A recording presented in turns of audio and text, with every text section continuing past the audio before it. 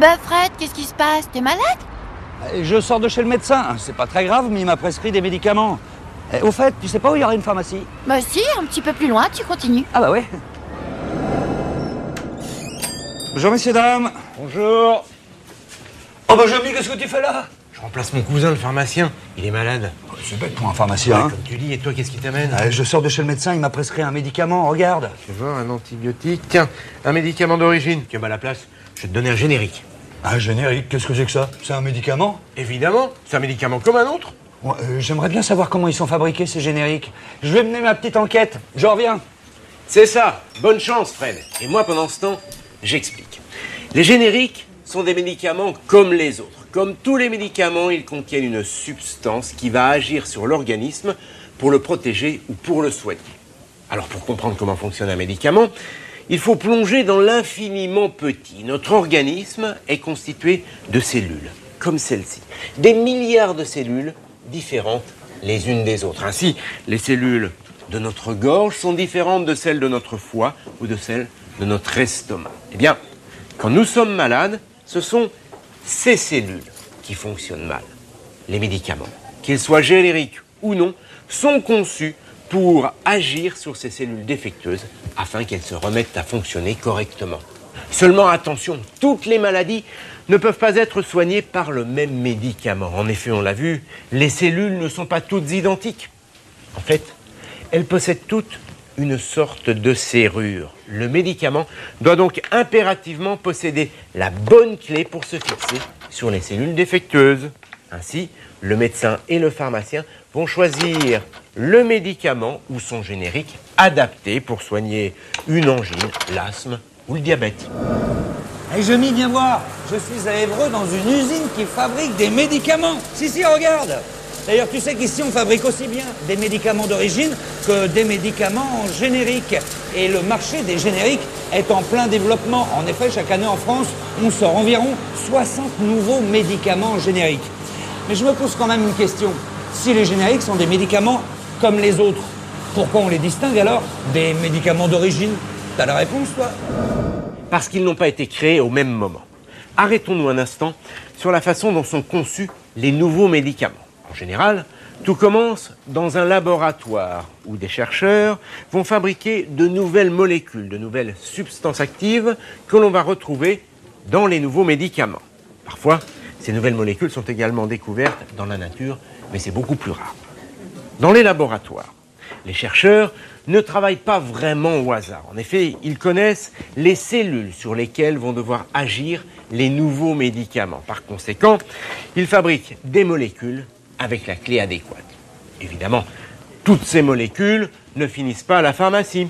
Sur 10 000 créées, une quinzaine seulement va être sélectionnée pour être soumise à des tests précliniques. On étudie notamment la toxicité des molécules. Cette étape franchie, quelques-unes seulement sont retenues pour des tests sur l'homme. Enfin, une seule molécule est retenue pour devenir médicament. Alors évidemment, tout ce processus ne se déroule pas en un jour. Il faut du temps, beaucoup de temps. 2 à 3 ans pour fabriquer de nouvelles molécules. 3 ans pour les tests précliniques. 5 ans pour les tests cliniques.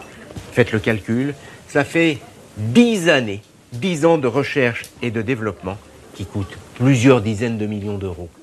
Et ce n'est pas fini. Avant d'être prescrit, le médicament doit encore obtenir une AMM, une autorisation de mise sur le marché. Encore 2 ans, au-delà desquels le laboratoire peut enfin commercialiser son médicament.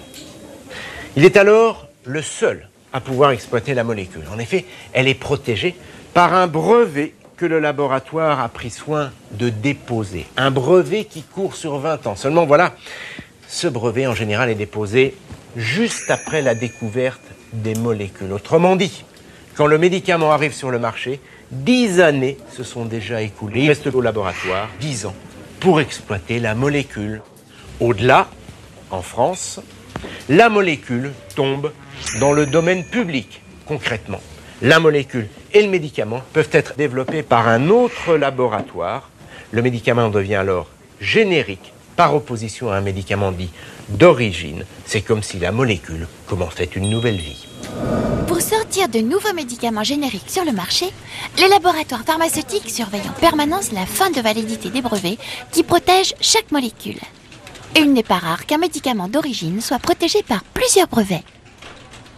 En plus du brevet qui protège la molécule, il existe des brevets qui vont protéger la fabrication du médicament ou encore sa formulation, c'est-à-dire sa recette. Donc après étude de ces brevets, on va tenter soit de découvrir de nouvelles méthodes, soit d'essayer de trouver des formulations avec d'autres formes pharmaceutiques qui permettront de lancer le médicament à temps. Un long travail de développement pharmaceutique commence pour le laboratoire de médicaments génériques. Il va mettre au point dans des centres de recherche technique son futur médicament afin qu'il soit identique au médicament d'origine. Après 3 longues années d'études et de préparation, le laboratoire fabriquant le générique dépose auprès de l'agence du médicament un dossier de demande d'autorisation de mise sur le marché pour son nouveau médicament générique. Alors vous allez me dire pourquoi un médicament générique est-il moins cher? C'est très simple.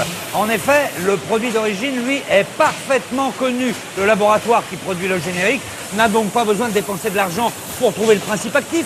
On l'a déjà. Il n'a pas non plus besoin d'investir dans des études pour connaître l'efficacité, la toxicité ou encore les effets secondaires du produit. Tout cela, on le sait déjà.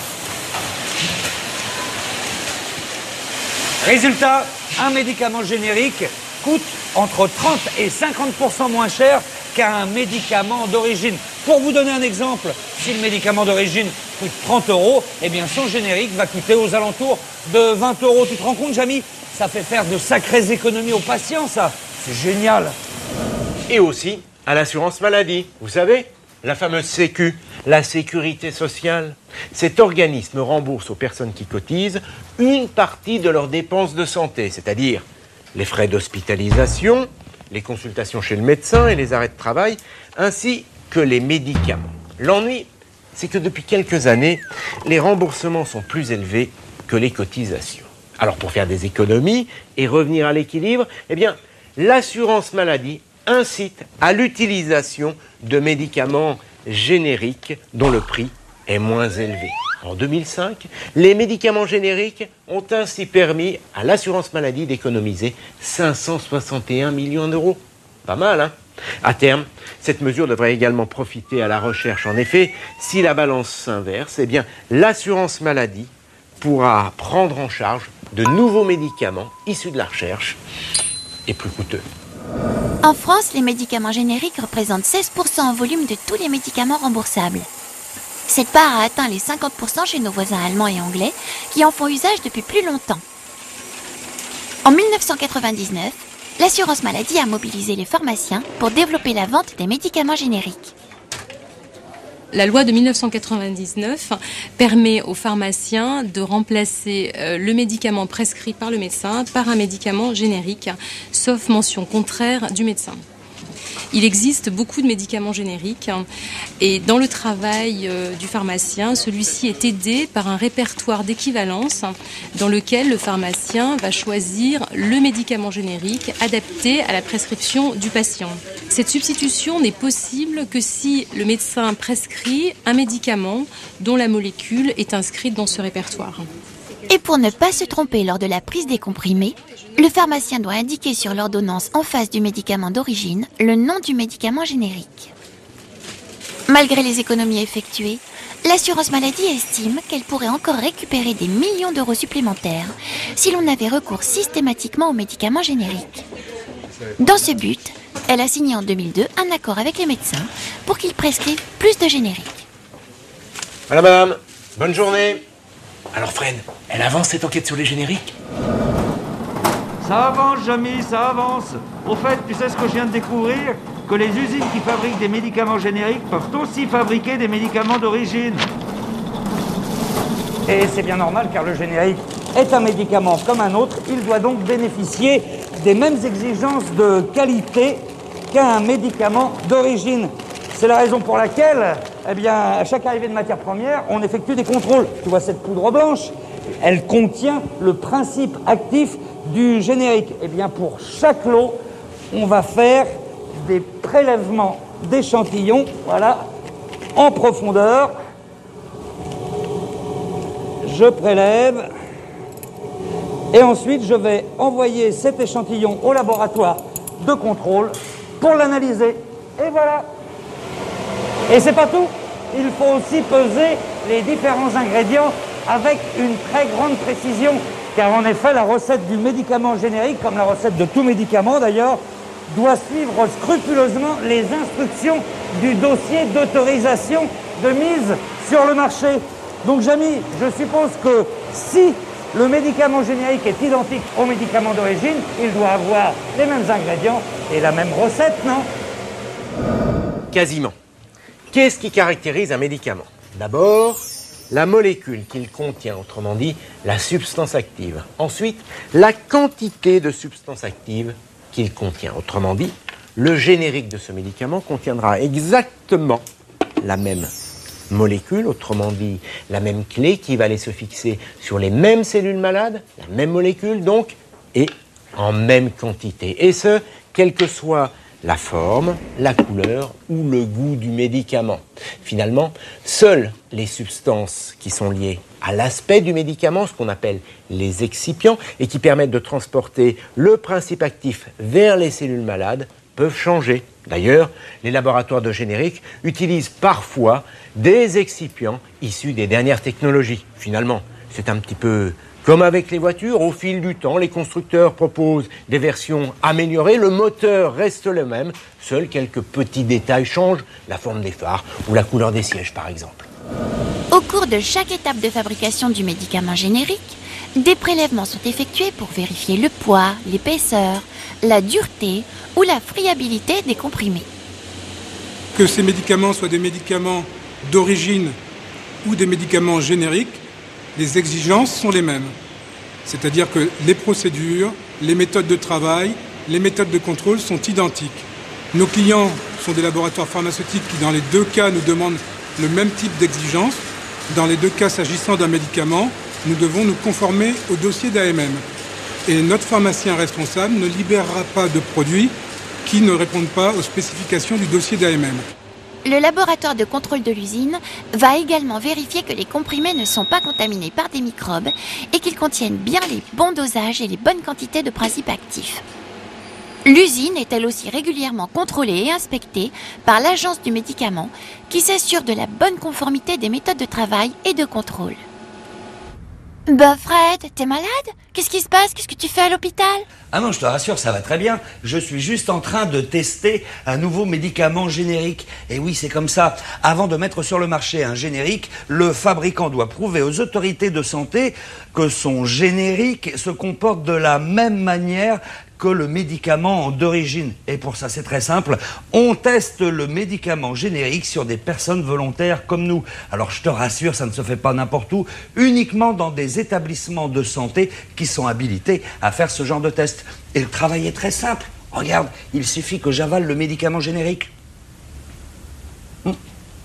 Et ensuite, on va étudier la façon dont la molécule diffuse dans mon organisme. D'ailleurs, j'aimerais bien savoir comment ils font. Ça y est, monsieur. Vous êtes prêt pour votre prise de sang? Une prise de sang? Une prise de sang, Jamy. C'est bien nécessaire. T'inquiète pas, Fred, c'est juste une petite piqûre. En fait, cette étude va permettre de suivre la diffusion du principe actif dans l'organisme. Attendez, 2 petites secondes. Jamy, c'est vraiment indispensable qu'on me fasse une prise de sang? Non, parce que... Absolument, car c'est le sang qui transporte le principe actif contenu dans le générique jusqu'aux organes qu'il faut soigner. Par conséquent, régulièrement, toutes les 2 heures par exemple, on effectue un prélèvement sanguin sur le patient volontaire et on mesure la quantité de principe actif qu'il contient. On dit aussi la concentration en principe actif. Alors que constate-t-on? Eh bien, vous le voyez sur la courbe, au départ, le principe actif est quasiment absent.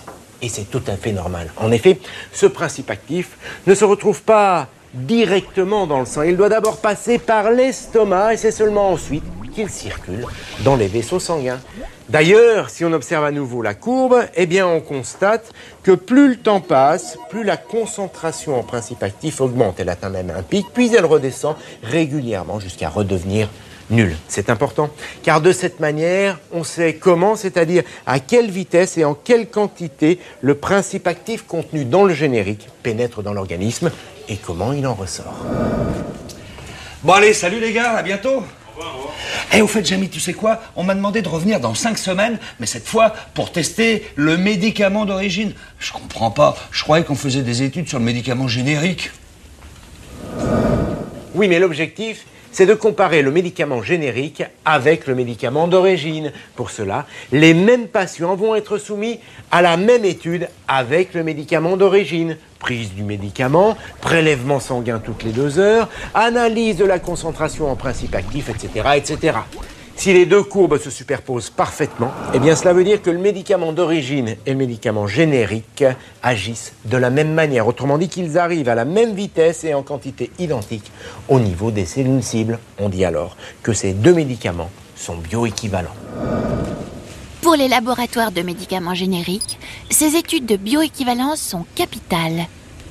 L'étude de bioéquivalence, c'est donc la preuve clinique incontestable que les deux médicaments auront la même efficacité. Si jamais il n'y a pas de superposition des courbes, on est obligé de revoir la formulation, c'est-à-dire la recette de notre médicament. La nouvelle recette du médicament générique sera ensuite testée sur des patients volontaires, puis comparée au médicament d'origine. Si les courbes se superposent, le laboratoire pourra présenter son dossier à l'agence du médicament, qui délivrera alors l'autorisation de mise sur le marché. Bon, Jamy, je veux bien t'aider, mais je m'y perds un peu dans tous tes médicaments, là. C'est quoi ton problème? Bah, tu fais comment pour reconnaître un médicament générique d'un médicament d'origine? Facile, c'est écrit sur la boîte. Sur une boîte de médicaments d'origine, on lit d'abord le nom du médicament, Anticrobe par exemple. C'est le nom que le laboratoire Télélabo a donné à ce médicament. C'est un nom déposé, on le sait, grâce à cette petite lettre, R, parfois TM. En dessous, le nom de la molécule contenue dans le médicament, amoxicilline par exemple, et en dessous, la quantité de molécules, 500 mg, contenue dans le médicament. Ouais, d'accord, je comprends. Et pour le médicament générique, il y a écrit quoi? Eh bien, pour le médicament générique, on trouve d'abord le nom de la molécule, amoxicilline. Après tout, c'est ce qui est important pour un générique, le nom de la molécule contenue à l'intérieur. En dessous, le nom du laboratoire qui fabrique ce médicament, Labo Fred et Jamy, suivi du petit r. Et juste à côté, la quantité, 500 mg, la quantité de molécules contenues dans le générique. Ah d'accord, Jamy, je comprends mieux. Dis donc, tu sais ce que j'ai appris? Non. Que 30 à 60% des prescriptions médicales, donc des prescriptions des médecins, sont mal suivies par les patients. Et tu sais ce que ça entraîne? Non. Eh bien, ça entraîne 10% des hospitalisations, c'est énorme. Eh oui, il est très important de suivre son traitement à la lettre et de respecter les quantités prescrites. Normal, il faut absolument que la quantité de substances actives présentes dans l'organisme soit toujours suffisante. Alors dis-moi, j'ai une question. Pourquoi mon médicament, par exemple, je dois le prendre à midi, au milieu du repas? Suis-moi, je vais te montrer. Ça, c'est tout simplement parce que certains médicaments provoquent des brûlures d'estomac. Il vaut donc mieux les prendre en mangeant. Ah d'accord. Et pourquoi d'autres, par exemple, il faut les prendre uniquement le soir? Ça, c'est à cause des effets secondaires. Certains médicaments provoquent des somnolences, donc il vaut mieux les prendre le soir. Ouais, et éviter de conduire, évidemment, quand on prend ce genre de médicaments. Et surtout, il ne faut jamais suspendre son traitement. En effet, parfois, il arrive que les symptômes de la maladie aient disparu, alors que les causes sont toujours présentes. Si les bactéries n'ont pas été toutes anéanties, par exemple, eh bien, elles vont reprendre leur développement, elles deviennent plus résistantes et elles sont plus difficiles à combattre. Moralité, il faut suivre la prescription du médecin à la lettre. Pour éviter les erreurs de prise et permettre un bon suivi du traitement chez les patients, certains laboratoires vont travailler sur les notices et développer des conditionnements innovants. Toutes ces solutions aident le patient à mieux respecter son traitement. Au final, on est mieux soigné et cela évite des hospitalisations inutiles. Et n'oublions pas que cela fait aussi des économies supplémentaires à l'assurance maladie. Bon, alors, il en est où, Fred, avec son traitement? Dis donc, Jamy, j'espère que ton cousin m'a donné le bon médicament générique pour ce que j'ai. T'inquiète pas, puis avec une grande boîte comme ça, au moins tu sauras quand il faut les prendre. C'est écrit en gros. Ah bah ça. Eh, au fait, je dois en prendre combien? Matin, midi et soir, dans un grand verre. Faut tout boire? Bah, oui. Bon bah, Fred, soigne-toi bien et à bientôt tout le monde.